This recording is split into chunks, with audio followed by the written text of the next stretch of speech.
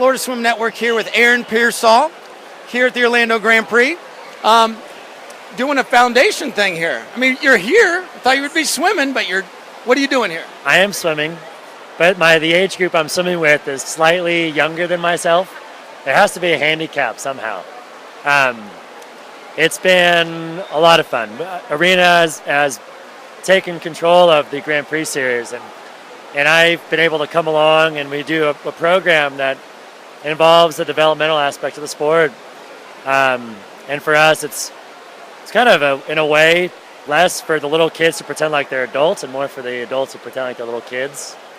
It looked great. I mean, those kids were out there racing on the relays. That was awesome stuff. Yeah, and it's pretty simple. We're telling them to take it simple and take it slow.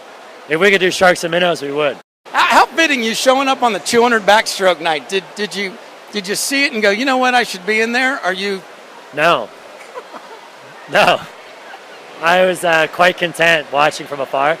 A lot of the guys that were in that race, I know they're my age, and so, but no, watching that, it was a great race. It's for those guys or whatever I've been swimming with for the past 12 years with them as well. But it's nice to see them doing so well. For me, I can live vicariously through them. Well, you still look in shape. I mean, how'd you feel when you got in and took a few strokes? Feels really good. I wanted to get in all day. Awesome. I love to swim. I think that's kind of part of it. It shouldn't be a surprise that I still swim. Yeah. I mean, I still swim. I still swim a lot. I did that, what those guys are doing for a long time. And I'll swim for the rest of my life. By no means was it ever something that I said, when I'm done, I'm done. Hopefully when I'm done, I can scale it back to probably a more sustainable level. So what are you doing now? You doing ocean stuff? Talk about that a little bit. Yeah, a lot of environmental stuff for the most part. I live in Southern California.